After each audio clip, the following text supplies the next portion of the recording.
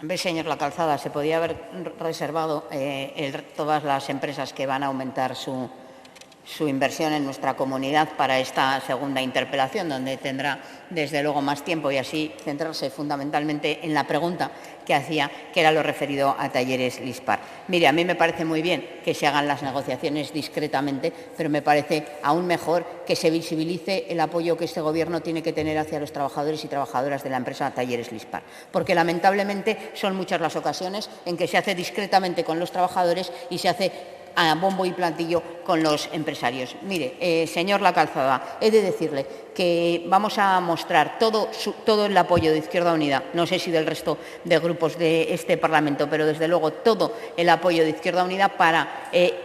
impulsar la industrialización en nuestra comunidad autónoma, pero siempre que eso se haga acompañado de un cambio de modelo productivo. No podemos seguir teniendo una industria de escaso valor añadido y con malas condiciones de los trabajadores que prestan el servicio. Esto es algo que llevamos discutiendo a lo largo de toda esta legislatura. Son los trabajadores y las trabajadoras la parte fundamental de las empresas de nuestra comunidad. Sé que muchas veces cuando se le pregunta, y algunos compañeros y compañeras, por ejemplo, me dicen con el tema de la inversión de transporte rollo, pero solo se van a crear 9 puestos de trabajo. Es cierto, se van a crear pocos puestos de trabajo en ese puerto seco, pero sin embargo es fundamental para seguir impulsando el crecimiento productivo de nuestra comunidad. Ese tipo de iniciativas, desde luego, contarán con nuestro apoyo, pero también tiene que contar con el apoyo, como se ha hecho también, o como nos anunciaba usted que se va a hacer, esperemos que se materialice en lo concreto, combinándolo también con esa adecuación de la cualificación profesional de los trabajadores y trabajadoras como paso previo para dignificar las condiciones laborales. No se produce un solo tornillo en nuestra comunidad sin que no haya trabajadores y trabajadoras que prestan, que construyen, que fabrican esa máquina precisamente que luego construirá el tornillo, pero también sin esos trabajadores y trabajadoras de limpieza, de transporte que llevan a los trabajadores a los centros de trabajo. En definitiva, sin los trabajadores y trabajadoras no se mueve el mundo. Por eso yo creo que es fundamental hablar por un lado, de crecimiento del tejido productivo, aumentando el valor añadido que desde la industria podemos generar en nuestra comunidad y que hace que el empleo no solo sea de mayor calidad, sino que también sea más estable, más sostenible medioambientalmente, pero vincularlo también con ese cambio del modelo productivo, ese impulso a la economía circular también en ese nuevo modelo productivo y contando, en todo caso, con ese equilibrio de las fuerzas. Planteábamos una iniciativa de las fuerzas productivas, quiero decir. Planteábamos una propuesta de resolución recientemente en el debate sobre el estado de la región la semana pasada, donde incidíamos en lo fundamental, en la necesidad de ese cambio de modelo productivo, contando también con la universidad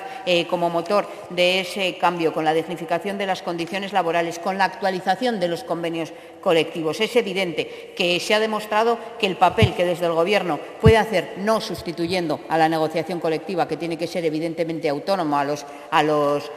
representantes de los empresarios y de los trabajadores, pero sí mediando para desbloquear todos esos convenios que a lo largo de los tiempos se llevan depreciando las condiciones laborales. Señor La Calzada, junto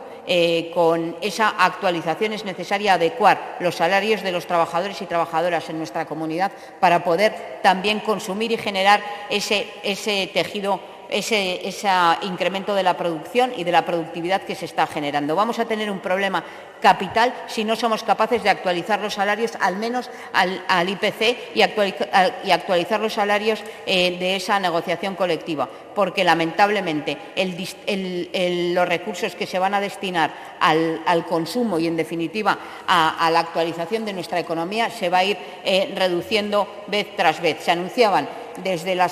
el sábado pasado, desde el Consejo de Ministros, alguna iniciativa para mejorar esa capacidad adquisitiva de los sectores más desfavorecidos. Desde nuestro punto de vista, le anuncio claramente insuficiente y desde el Gobierno de La Rioja no se estuvo, desde nuestro punto de vista, a la altura del momento político que estamos viviendo. El incremento de la inflación va a generar importantes consecuencias también sobre el tejido productivo de nuestra comunidad y para eso tenemos que hacer un todo de actualizar todo ello. El impulso a ese nuevo modelo productivo también requiere, le decía, el impulso de otro tipo de fabricación que no pase por el, y esto no le gustará mucho al señor Baena, que no pase constantemente por el crecimiento económico como concepto básico, sino por otro tipo de crecimiento económico que debe contemplar también otros tipos de mejor uso de los bienes de consumo, porque el crecimiento desorbitado como única garantía de la mejora de las condiciones de vida de la gente es un modelo que está agotado, está acabado. Solo existe un planeta y, por tanto, ese cambio y ese impulso a ese nuevo tejido debe ser, a ese nuevo modelo, debe ser también uno de los ejes fundamentales. Por eso le acabo, sin agotar ni tan siquiera el tiempo, diciéndole, es cierto que se están tomando medidas fundamentales, pero es cierto que el impulso de esos fondos europeos debe venir encaminado y de la mano también, por un lado, de un crecimiento equilibrado, equitativo, justo, y por otro lado también de una transición hacia una economía más verde, más circular, que nos permita el mantenimiento del planeta y las condiciones de vida tal y como las conocemos de la mayoría de la sociedad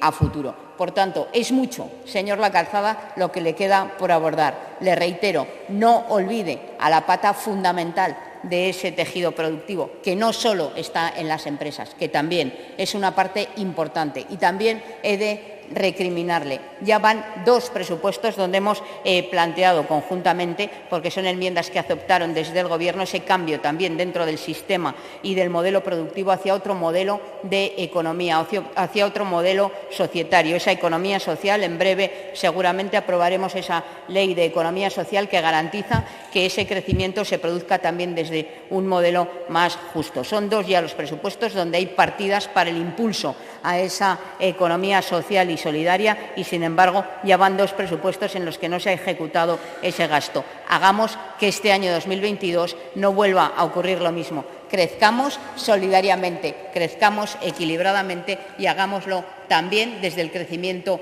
colectivo, justo, equilibrado y sostenible.